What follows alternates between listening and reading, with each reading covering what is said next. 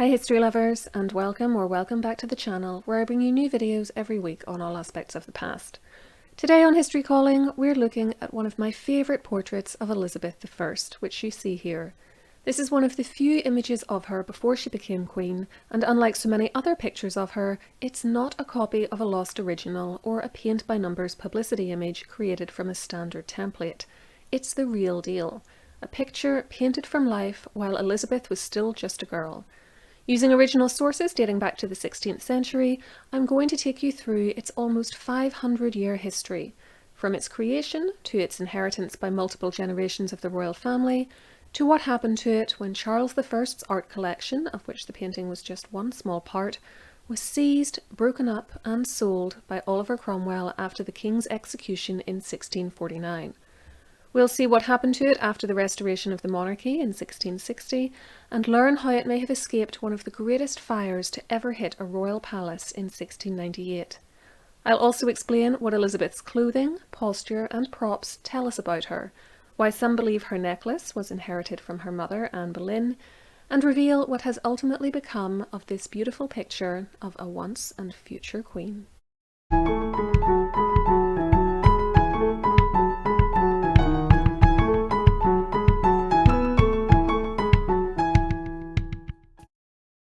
This knee-length portrait of the young Elizabeth was most likely painted in around 1546 for her father, Henry VIII.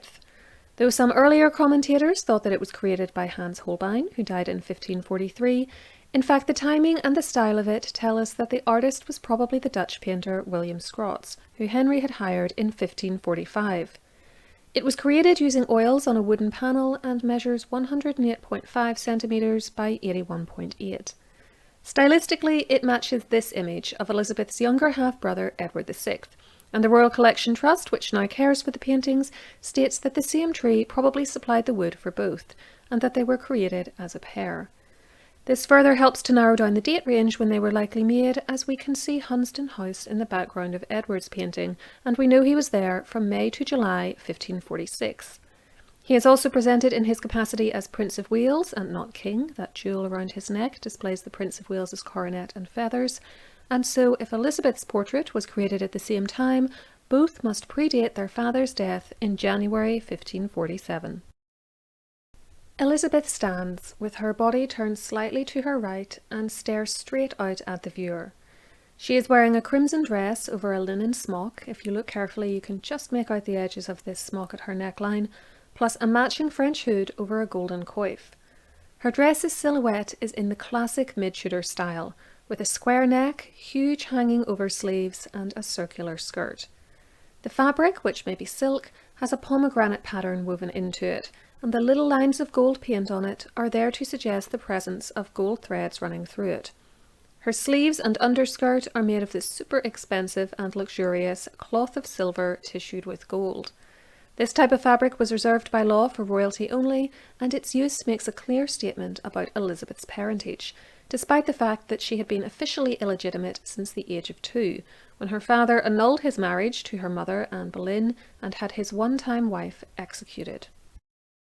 Elizabeth had in fact never recovered the title of princess after this point, and though she is commonly referred to as such at all stages before she became queen, in fact, her official title between 1536 and 1558 was the Lady Elizabeth.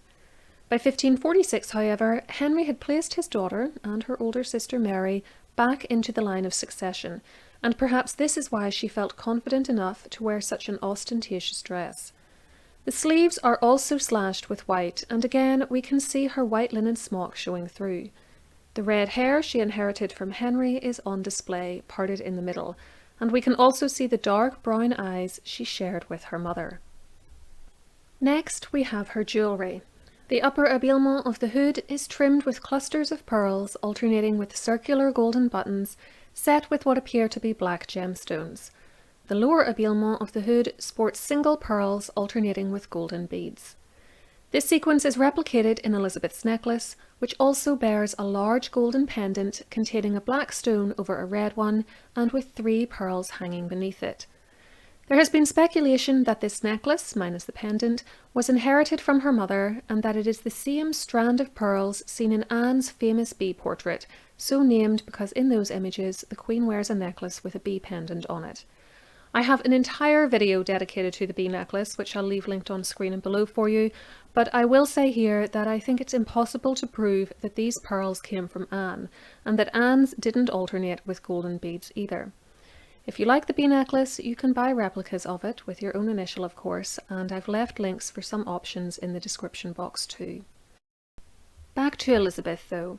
Moving slightly lower down the painting, we see a large diamond-shaped brooch pinned to the front of her dress just below the neckline, with a black cross set into it in either enamel or gemstones. It's tough to be sure from this image, and with a further 3 pearls suspended beneath it. Her sleeves are studded with rectangular golden ouches set with black stones, similar to those on her hood and neckline, and she also wears at least 4 golden rings, which are again set with black stones, though not all her fingers are visible. Elizabeth had famously long fingers, as you can see from this glove she once owned, and was proud of them, and this painting enabled her to show them off. Like her eyes, they seem to have been a trait inherited from her mother, for when Anne's bones were disinterred by the Victorians, they commented on her long, delicate fingers. See my video on digging up Anne Boleyn for more details. I'll leave it linked on screen and below for you as well. The final piece of Elizabeth's jewellery is her jewelled girdle. Like the decoration around her neckline and hood, the section which wraps around her waist is formed of clusters of pearls alternating with black stones set in gold, before changing to gold and what looks like it might be black and white enamel as it falls down the front of her dress. In her hands, Elizabeth holds a book decorated with golden corners and with 2 pages marked by a slip of paper and one of her fingers. There is another book open on a lectern behind her. The Royal Collection Trust website suggests that these are the Old and New Testaments. Framing her face and shoulders, we can see the curtains of her bed. Given the reputation she held throughout her life for her intelligence and great learning, she was multilingual for instance and used to do translations for fun, this representation makes sense. She is showing her father how seriously she takes her studies, and that she is worthy of being the daughter of a man who, for all his faults, was no slouch when it came to academic learning either. As for using her bedroom as a study, David Starkey says that we shouldn't read too much into this, saying in his book Elizabeth, linked below for you, that peace and quiet were difficult to find in early Tudor households, and bedrooms were made to serve many purposes. Her father's illustrated Book of Psalms, for instance, shows him too reading in his bedchamber, though he had studies, libraries and closets in plenty. So now that we've examined the subtext of the painting, let's look at its history from the mid-1540s to modern times. But just before we do, if you're enjoying this content, please remember to give this video a thumbs up and subscribe to the channel with notifications switched on so that YouTube lets you know when I upload. You can also follow me on Instagram, which is linked in the description box. Okay, now back to the painting. It first appears in royal inventories in 1547 at the start of the reign of Edward VI, where it is described as, quote, "the picture of the Lady Elizabeth, her grace with a book in her hand, her gown like crimson cloth," end quote. It was then hanging in Whitehall Palace. Interestingly, we have a letter Elizabeth wrote to her brother on the 15th of May in an unknown year during Edward's reign, in which she refers to a painting of herself she had sent him. This letter is not generally believed to be referring to the painting studied in this video. However, given that we can't be certain about the exact year of creation for either the painting or the letter, there's a chance that it is. Either way, it provides a fascinating glimpse into what the teenage Elizabeth thought of pictures of herself. She told her brother that, "My picture, I mean, in which if the inward good mind toward your grace might as well be declared as the outward face and countenance shall be seen, I would not have tarried the commandment but prevent it, nor have been the last to grant but the first to offer it. For the face, I grant, I might well blush to offer, but the mind I shall never be ashamed to present. For though from the grace of the picture the colours may fade by time, may give you weather, may be spotted by chance, yet the other nor time with her swift wings shall overtake, nor the misty clouds with their lowerings may darken, nor chance with her slippery foot may overthrow. And further, I shall most humbly beseech your majesty, that when you shall look on my picture, you will vouchsafe to think, that as you have but the outward shadow of the body before you, so my inward mind wisheth that the body itself were oftener in your presence. Both modest and confident, Elizabeth is saying that she might not be a great beauty, but she knows her worth when it comes to her intelligence, and that will never fade in the way the paint on a picture might.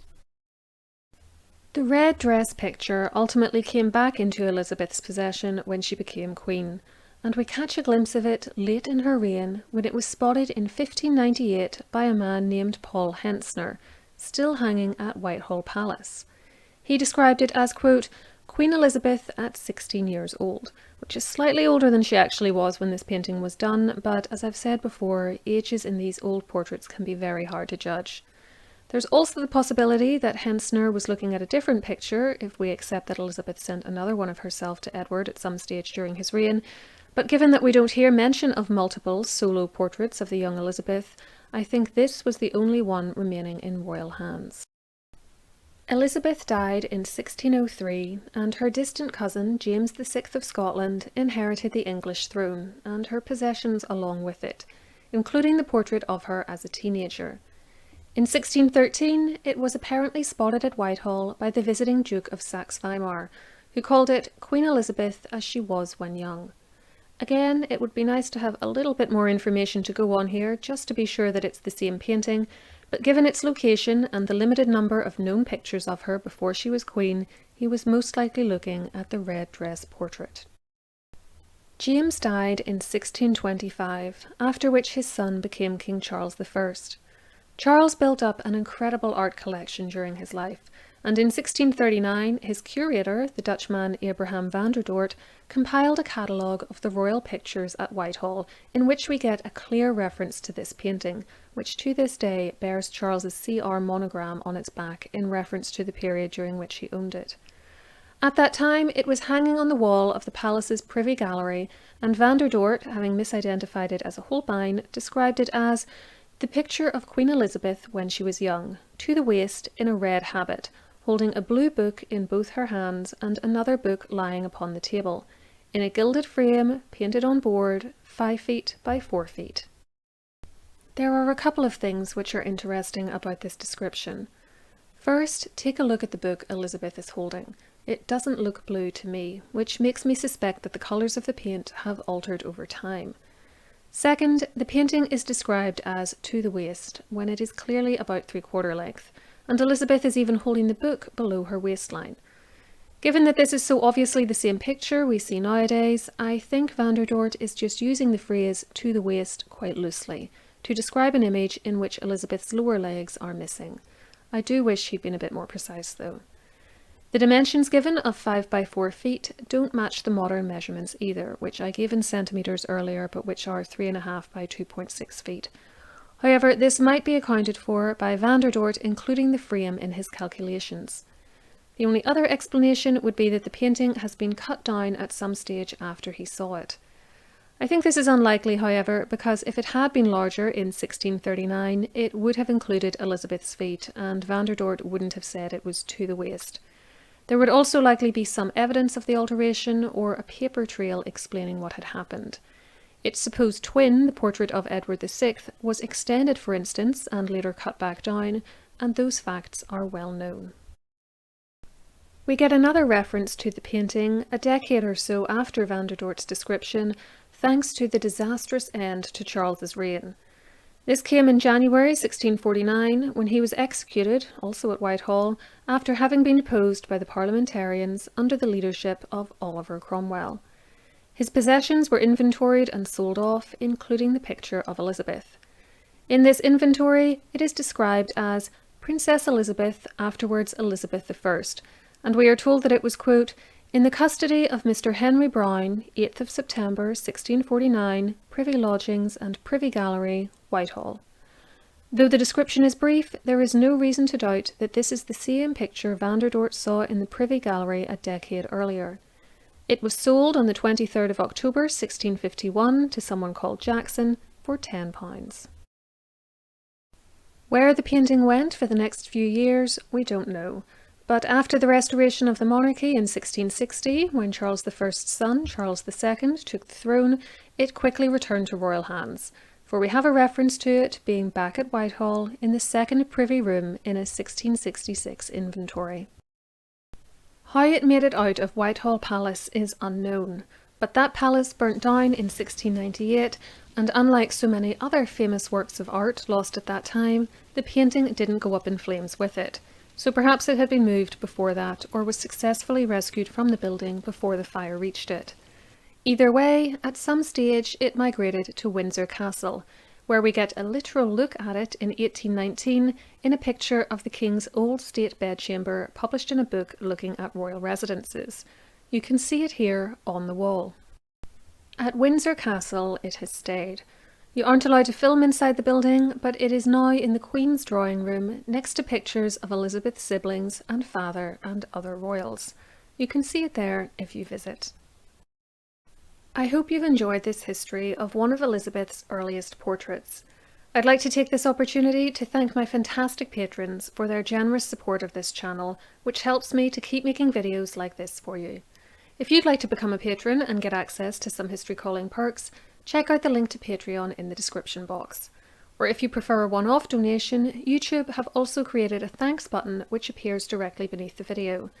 This will enable you to post a customizable and brightly coloured comment and get a one-time animation over the top of the video. There is absolutely no pressure to do any of this, however. To learn more about Elizabeth, see my Tudor Monarch series, which has 5 videos dedicated to her life. Or if art history is your thing, try one of these other options. Let me know in the comments below what your favourite picture of Elizabeth I is, and until next time, keep learning.